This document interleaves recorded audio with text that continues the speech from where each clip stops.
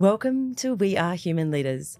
I'm Sally Clarke, and today Alexis, Zahner and I are sitting down live in person in Sydney with Wendy Smith, who is a global expert in both and thinking, as opposed to the outdated modality of either or thinking. She works in the space of paradox. That's right, So Wendy is the Dana J. Johnson Professor of Management at the University of Delaware, and we're really excited to unpack her book written alongside Marianne Lewis today, called Both and Thinking.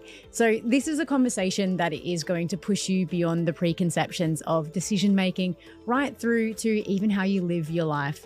We're really excited. This has been a super fun conversation for Sally and I. So without further ado, let's delve in.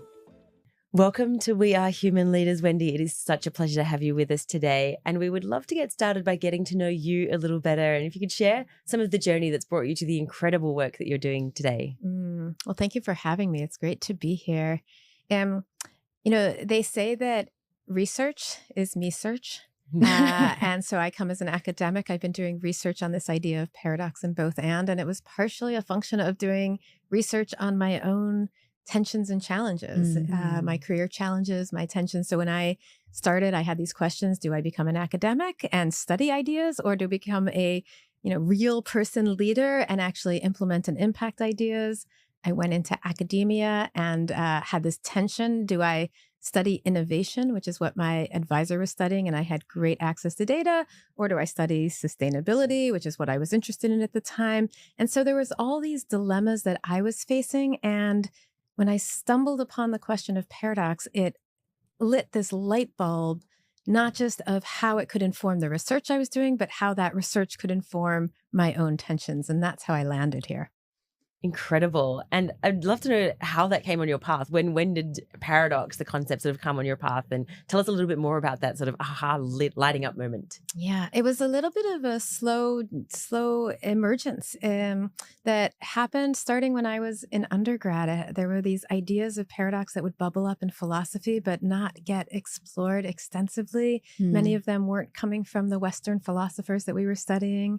I spent a year after grad school actually studying Jewish text. Jewish text is all written in the language of conversations happening that you engage them simultaneously without having to make a choice. I did a lot of yoga and did a lot of Buddhist meditation that brought up Buddhist philosophy that would introduce this idea of interdependent opposites. So there were these multiple streams that were happening in the background, while in the foreground, I was studying how senior leaders of IBM were trying to navigate innovation in the early 2000s, amid the last sort of big technological transition into cloud computing. Right. And the tension that they were facing was this question of how do we manage to introduce or move into the future and innovate while simultaneously struggling with holding on to their current customers and processes and technologies, and that tension between today and tomorrow. And that's where it bubbled up for me in the research, because while so much of the research on innovation talked about how quickly you have to move to the future and let go of the past, what they were actually doing was trying to navigate this tension, this ongoing tension between holding on to the past and moving into the future, and seeing how they informed one another. And that was very different than just let go of the past and move into the future. And so this concept of paradox became really relevant to what they were thinking about. It's very interesting, Wendy. And it's interesting that you pointed to some of the Eastern philosophies there as well. And I know we were chatting before the podcast, and that's certainly something we'd love to dive into a little bit more with you. Before we do, however, can you help us understand with a little bit more clarity, what exactly is tension? What are these dilemmas? And what is a paradox? Can you give us a bit of language around that? Yes. So here's how we define it. We think about tensions as the tug of wars we feel. So your listeners could just imagine, what am I struggling with at the moment? What's the challenge that I'm facing? It could be a career challenge. Should I stay in my career? Should I move? It could be a parenting challenge or a partnering challenge. How do I parent my children to both enable them to have more flexibility and autonomy, but at the same time have a bit of discipline? It could be a challenge, as I said, with partner. It could be a challenge with leadership. How do I think about moving into this whole next phase of innovation, but at the same time worrying about my employees and my employees' welfare and their roles? So imagine the tensions that we feel. Those are the tensions, those tug of wars, those feelings. We tend to frame those tensions as dilemmas, as we've got to choose one or the other, this choice between either option. That's how they come to us. That's how we experience them. So what am I going to do for my career? We feel like we have to make a choice. And so we frame it as a dilemma, a trade-off, an either or. Yeah. What we would argue is that that's the way those tensions present themselves. But if we sort of peel back a layer and look underneath those tensions, that's where you'll find these enduring paradoxes. And by paradox, we mean these opposing forces, these opposites that are also interdependent, that define each other. And we like, to the point of Eastern philosophy, we like to use the yin yang as an image, right? Yeah. That there are these opposite forces that feel like they can't go together, that feel absurd going together, and yet they define each other. And what we would say is peel back any dilemma that we face, and underneath it will be this ongoing, persistent, interdependent opposite. So yeah, go ahead. Amazing. I'm just thinking of sort of understanding, because I feel like for a lot of us, the concept of these tensions, these dilemmas, it can feel quite uncomfortable. Yes. And therefore we want to get away from it. So we kind of translate it into this either or, because it feels perhaps more comfortable to us to have to pick. But what is it really about paradox that makes humans so uncomfortable? What's that? Why does it challenge us so much? Yeah, I mean, it's exactly that. It's that, first of all, it feels absurd. So we've been raised to try and find the truth. And it feels sort of absurd that the truth is right and right. On one hand, we'll say win-win, right. But to really sit down and say, well, is it possible that the way that I think about something is right and the way that somebody really different than me is thinking about something is right could both coexist? That feels really uncomfortable. It feels really uncertain, and we don't like uncertainty. There's a fear in leaving things open, that we feel more vulnerable. So, imagine, I certainly remember when I was in the midst of these career decisions, I was so jealous when I was in college of all of my friends who were pre-med, because they knew exactly what they were going to be doing, and they had a very clear path and knew how to get there. But I was debating, and so while there was a great opportunity in leaving this open because I was exploring and engaging, it felt horrible because I felt like, well, what am I supposed to be doing, and how can I? So I think that leaving things open feels very vulnerable, and it feels very fearful, and we want to close things off quickly. And that's what we do by making a choice, or that we close them off by making a choice. Interestingly, the word dilemma for me also brings about this notion that it's something to be solved. Yes. And there's no space for the complexity in that, and that we need to come to a conclusion or a resolution or make a decision on path A or path B. And that's not the case for paradoxes, is it? That's right. The invitation so I just want to say, for some listeners, paradoxes, when I do workshops, I'll ask people, how do you relate to the word paradox?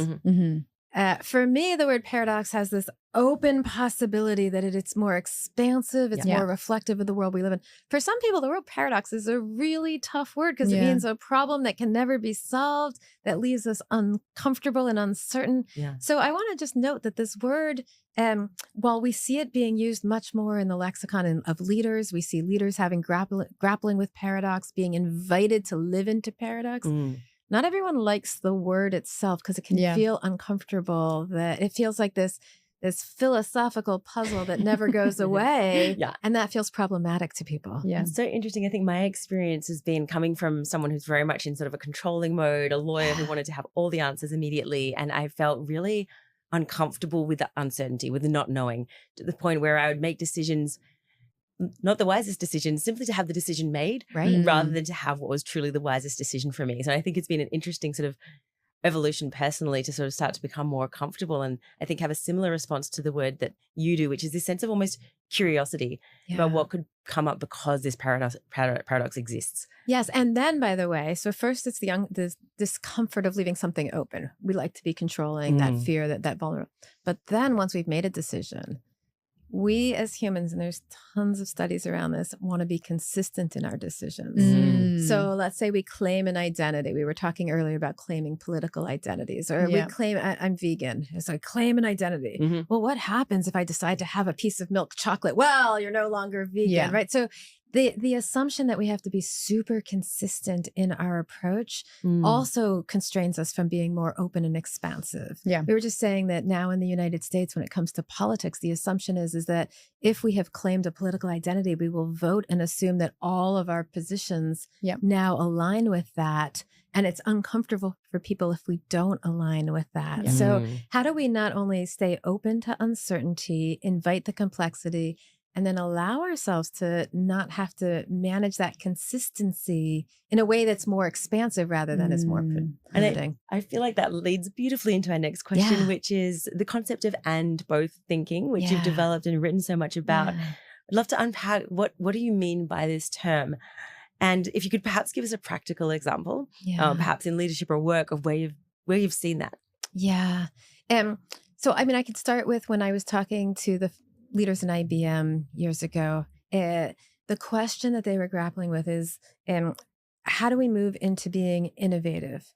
And the struggle that they had was that if they become these innovators and introduce new products and new ideas, and yet that would mean for them that they would have no space, no time. They wouldn't want to be focused on their existing world because that would limit them to be able to be the innovators, as opposed to the leaders that were actually quite talented and very good leaders were saying, no, we've got to be able to hold the future and simultaneously connect with our existing customers, that value our existing products, and be able to bring them both together. So both and is about noticing these opposing and opposite approaches, valuing each one, and seeing how they connect with one another. I'll tell you one more quick story.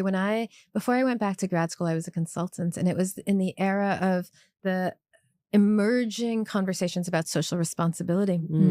And I remember one of my case leaders on a project said, there's no such thing as social responsibility. All that companies ever do is really think about their bottom line, and anything that they do that might be socially responsible be greenwashing. And I remember thinking, wait, I'm not sure that's the case.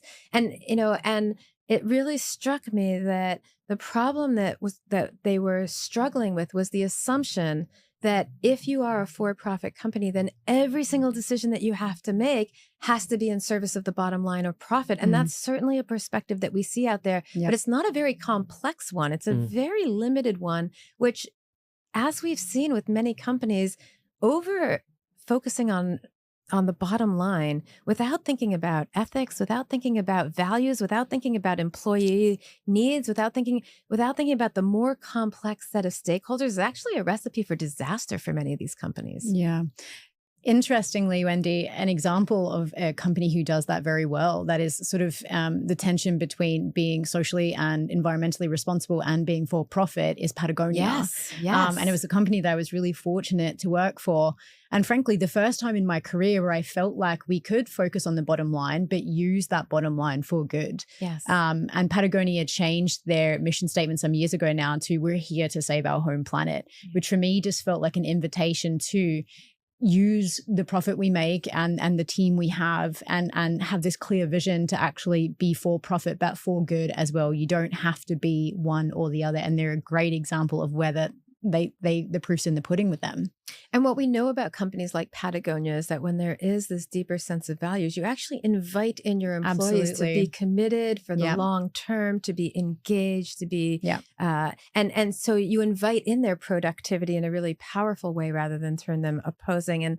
And we're certainly seeing a backlash against that right now in corporate culture. Yeah. In the book, and so our book is both and thinking. And in the book, we draw on the example of Paul Pullman at Unilever, who had very powerfully turned around the company through a commitment to both social and environmental outcomes. And what I really value in the way that he thought about that was that it wasn't that the social and environmental goals and commitments were coming at odds with the financial ones. And because certainly they did in the moment, they had to make some very difficult decisions about some of their products and how they put out their products and what products they did. But in the big picture, what he understood was that how do these things reinforce one another so that the social environmental enables them to double their profits, and doubling their profits enables them to do more social and environmental good. Yeah. So it's that integrated relationship between them. And Wendy, in your experience, leaders like this, what are the mindset changes that they go through to actually enable them to have the ability to hold space for both and thinking? Yeah. In our research, we've done some research on what we talk about as a paradox mindset. So in fact, I've done that research here in Australia with a colleague, Josh Keller, who's at UNSW, and my colleagues over in France, Ella Marone-Spector, and in the United States, Marianne Lewis and Amy Ingram. That work that we've done, what we find is that there's sort of two big pieces to being able to hold this space. The first is you actually experience and acknowledge the tensions. So are there tensions there, and are you willing to acknowledge and hold them? So often when we experience these uncomfortable tensions, we like to sweep them under the rug and pretend they don't exist and assume that we can just barge forth with that. Yeah. So do you notice them and do you see them? And then can you shift your mindset from this either or, as we're talking about, into holding both simultaneously, living into the complexity, acknowledging both? And the third piece, so those are the two that have comprised this research. And we find that leaders that can do that are promoted more often. They have more creative outcomes. They actually have better job satisfaction. They're happier with their job. So that we find in the research. The third component, which I'll just add, is that in the work that I've done with my colleague, Marianne Lewis, and in some of the research as well, there's also an emotional component to this. You know, we were talking about how hard it is and emotional it is. And it's not that people are comfortable. It's that they're able to accept the discomfort. We talk about it as finding comfort in the discomfort. They're able to pause, to name the uncomfortable emotions, to not have to hide away from those, but rather just accept them and then build from there. Yeah. I can imagine there's quite a few leaders right now who are listening and are like, I want that. Yes. What can I do to get there? What skills might I be able to take on to become more of an and both thinker? Yeah. So in our book, we talk about ABCD. I want to just say that we spent a lot of time thinking about the labels, but assumptions, boundaries, comfort, dynamics, ABCD. But the first step, which is this assumptions, which is our mindsets, which is what we find is that it's a little bit like meditating, one might say, right? It's not that you jump in and become a Zen monk. You jump in and start at the very beginning with noticing your breath. And the corollary for noticing your breath for both and is noticing how often you frame a question as an or and just change the question. Change the question. We like to quote a philosopher, Paul Watzlawick, and he says, the problem is not the problem. The problem is how we think about the problem. And in some experimental research that my colleague Ella Marone-Spector in France did, just inviting people in the lab to change a question from either you could do this or you could do this to asking, how can you accommodate? How can you have a really productive career and really fabulous family work life? Like, how can you make that happen? How can you, just this morning I was talking to a large tech company that really was sort of doubling down on hyper-focused tech advancement. How can you advance tech and make sure that your people are productive and engaged and taken care of and coming along for the ride so that it's not just what the company needs or the individual needs? How can we accommodate these both? That just changing the question invites us into a whole lot of creativity in the answers. I think, Wendy, what stands out to me at an individual level for that is it feels like a call to step outside of our own limiting beliefs to an extent. Yes. And we've kind of discussed the fact that it is uncomfortable to sit in the complexity of paradox. And we find comfort in simplicity. And, you know, I know through my career and life, this idea that it's either path A or path B just gives me what feels like clarity in the moment between the two options. But in fact, what we're negating is the thousands of other options that might be on the table if we took a moment to pause and say, maybe the question isn't, is it path A or path B, but how do we chart a new route? Yeah. Is there a path C? Is there a path A and B? The most interesting thing that I found by doing workshops is, people hear this idea of both and they nod their heads. Yes. And then you invite them. Okay, so what's the tension you're facing? And what's your both and? And they're like, no, there's Too no hard. both and here. So what I've started to do in workshops is say, okay, turn to the person next to you and find their both and. And we can see other people's both ands more effectively than we can see our own, partially because of the ways that we get stuck in our own biases and our own mindsets and our own ways of thinking. We can't get outside of those. It sounds like that could be a really great addition to our decision-making framework as leaders as well, to be allowing ourselves to lean on other people, to seek that sort of outside perspective so that we're not just succumbing to our own assumptions, biases, and other sort of limiting beliefs. I think that's what coaching has become. And but I think people will often push back against their coach. No. So effective coaching is, oh, am I open enough that you can help me open up to a different way of, naming my limiting belief and opening up to another way of thinking about it. And again, to where we started, what I find is a lot of our limiting beliefs are connected to our fears and our inability to be vulnerable. So are we willing to be open to our fears and be vulnerable in the face of our fears? Now, you mentioned B, C, and D there as well, Wendy. Can we quickly go through those ones as well? Well, I'm going to go A to C. So A is about assumptions and our mindsets and how we think. C is what we were saying earlier, find comfort in the discomfort, our emotions. So there's our head and our heart, bringing those together. B and D is the language we use around the structures around us. So if assumptions and comfort around how we show up as an individual, boundaries and dynamics are around how we create the context that enables us to continue to think both and. So boundaries is, what are the structures, the scaffolding, the ways in which we can support ourselves? And part of those structures have to do with things like in companies, naming a higher purpose, an overarching goal, a vision really helps to accommodate competing demands. So we like to use, for example, Paul Pullman's work at Unilever.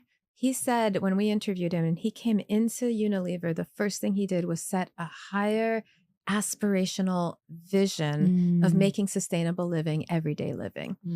And by doing that, whenever these tensions would come up, do we create smaller units so that there's higher margins on those units, or bigger units of whatever it might be, shampoo, so that we use less packaging and it's more environmental? And that's like a real dilemma. How do we package our goods? To think about that, they would constantly go back to their higher purpose vision to put themselves together between the finance people and the sustainability people to have those conversations. So B is about the boundaries and the scaffolding we create. And then D is about the living into the dynamics, the ongoing processual changes. And here is where we would speak to earlier, paradoxes never go away. Yeah. We have to make decisions, but they never go away. And I'll just offer up one quick thought, Sue. We talk about, when we navigate paradoxes, we talk about sort of two types of outcomes, and we call them the mule and the tightrope walker. So when people think about paradox and they think about both and, oftentimes there's this assumption that there's this win-win, ideal, ultimate creative integration that accommodates both needs simultaneously. And when I was doing the work at IBM, I was looking for these both ands. Like, if they're going to hold these together, there's got to be these moments where everything works out perfectly. You've got your innovation and your existing product together. And I found that happened sometimes, but very rarely. What I found instead was more of this dynamic approach. And that's what we call the mule. We call that the mule because it's the smarter than a donkey, stronger than a horse. You bring them together, you've got this biological hybrid. Instead, what I found at IBM was that they were what we now call tightrope walking, which is that the leader, they were moving forward, but in order to go forward, they were making these decisions that were sort of sometimes leaning toward their innovation and other times leaning toward their existing product, but they were sort of making these micro shifts between them. They weren't over investing in their innovation that they forgot about the existing product, or over leaning to the existing product that they had no space for innovation. They were tightrope walking. So like the tightrope walker, they're sort of tweaking left and right in order to stay balanced and go forward. and this is the kind of approach so that they're making decisions, but these decisions are really leaving in the bigger picture the possibility of all, of moving between them. I think this is the kind of approach that makes sense for us when we think about work-life balance. It's not we're over focused on work that we burn out. Yep.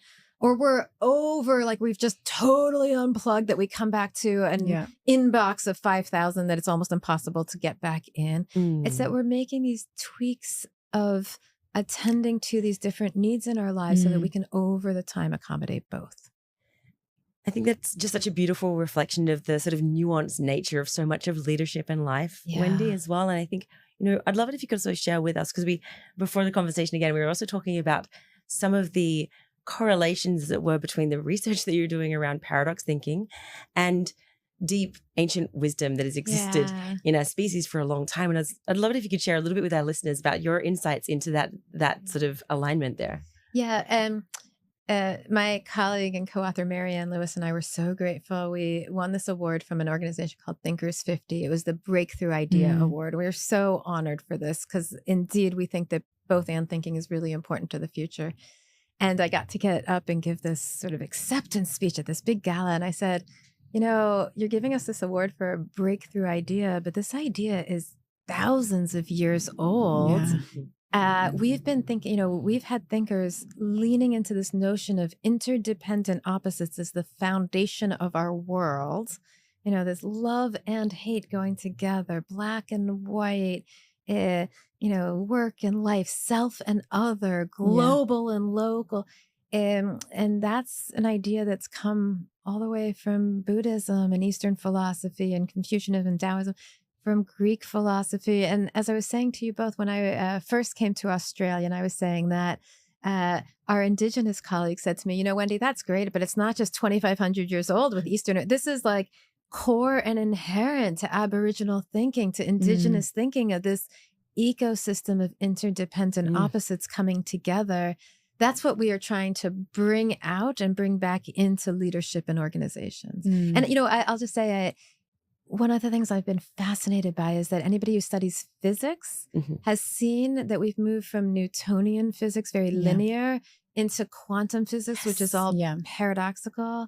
Anyone that studies psychoanalysis so physics is about the material world. Anyone who studies psychoanalysis and individuals knows that we've moved from very much thinking about individual traits and specific to thinking about this sort of interdependent, psychoanalytical, bringing Jungian, bringing together the self and the shadow self, and so I like to say that we in organizations and leadership are a little late to the paradox party. Like it's time for us to join in and come into that world. Yeah. And there's no better time, I think, being the global landscape we're operating in now. And Wendy, can you explain for us a little bit, I guess the antithesis of both and thinking is either or thinking. What do we stand to lose when we get stuck in that style of thinking? We like to say that either or is limited at best, and it's really detrimental at worst. And what we find, we find sort of three patterns of why it's problematic. The first is that because we like to be consistent, we pick an approach and then we call it going down the rabbit hole. We just get stuck in that approach and can't see something alternative. So we were talking earlier about one of the examples we use in the book is Lego. Lego, right. And we see this all the time with companies. Companies pick an approach and it's very hard for them to change. So Lego had this approach to the interlocking brick. All these companies were moving into all these, and they said, no, this is the way we do things. We're going to stick with it. That's the way. And so we get stuck. It's true in our careers too. We pick a career, we pick it, and then we, surround ourselves with other people who are similar to us, that we get stuck in our own expertise. It's hard for us to shift and change. And then when we do shift, the second pattern is that we swing all the way in the opposite direction. So we call that the wrecking ball because, you like let go of the baby with the bathwater. You lose the good with the bad. So we were talking about this in terms of politics. You see these massive shifts between more progressive liberal politics to more conservative politics. And we wipe out the good along the way rather than thinking in the, how can we bring these together? Or we see this with Lego. You shift all the way into being so super innovative. And it turns out actually with Lego, they almost hit the brink of bankruptcy because they were so innovative that they didn't have any discipline left. Yeah. Right. And then actually in the worst, and we're definitely seeing this today in our world, is that as people get more and more fearful and they pick a position, they will double down and resist the opposite position. We get into these fighting, polarizing worlds. And we talk about that as trench warfare, because you can imagine you pick a position, you sort of dig your trench, you surround yourself by people who agree with you. Yep. And You're you locked shoot down. out at the other side in a very dehumanizing way. You don't even listen or engage, or because it's so hard to hear people that are different than us share their positions. And if I were to like wish anything on the world, it's that we could be able to have the confidence to listen to people that are different than us without being threatened. We don't have to agree with them, but just treat them with respect and dignity and be open to that engagement. I think we would have a much more productive world. I'm so glad we went there, Wendy, because I think it's so important for us to understand what we stand to lose, and the sort of to motivate us all to kind of, perhaps when it is uncomfortable or when it is perhaps inconvenient because we want a decision now, to take that time to hold space for exploring the paradox and, you know, and the intersectionality, the way that these things can actually grow of their own volition and kind of give rise to so many other possibilities as well. And I feel like we could talk to you for days. But we will just ask one final question for our listeners today to, I guess, to understand if they're thinking right now, this sounds so amazing, I want to bring this into my leadership right now. What would be a helpful starting point to start to explore and both thinking? You know, typically, and indeed, I will reinforce that the number one space that I see is noticing the or and changing the question to the and. In the times that we're living through right now, I would also invite a second piece, which is be open to hearing and talking with people that are different than you. That doesn't mean you have to agree with them, but be open to the conversation and see what that feels like, because it's so hard to do. And yet it's so important for us to lead to more complex thinking and more possibility in a world that feels very fractured. Amazing. One final thing I have to ask, just in your own, if you don't mind sharing, in your own personal sort of practice, is there anything sort of in terms of your own things that you do to help you stay as capable of as possible of being open to paradox? Yes, right. I just want to go back to research is me search. I study this because it's so hard. So I want to just empathize that this is hard. I have really leaned into, and again, we were talking about Buddhist practice and meditation. I've leaned into the pause as a really important tool, meaning that when I notice that I'm getting triggered because someone doesn't agree with me, or when I'm getting triggered because I'm getting scared, this idea of the pause, this sort of famous quote from Viktor Frankl that, you know, between stimulus and response, that's where there's so much possibility.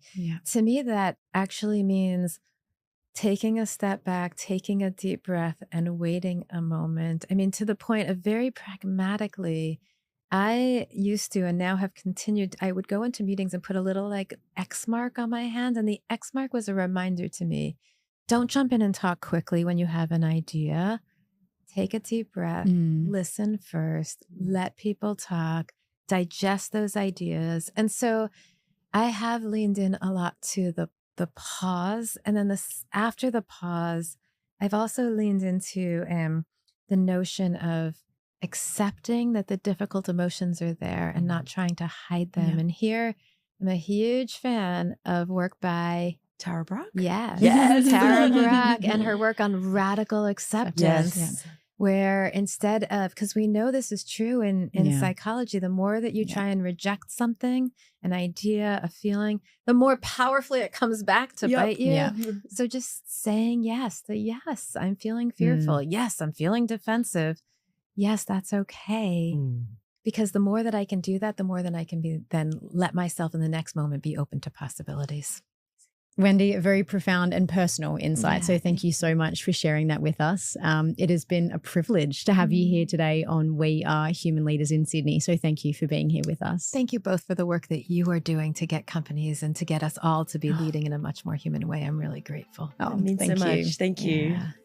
Thank you so much for joining us at We Are Human Leaders. Lex, what was your key takeaway from this conversation? I think the key for me was really about finding some comfort in our discomfort and the ability to actually just hold space for that.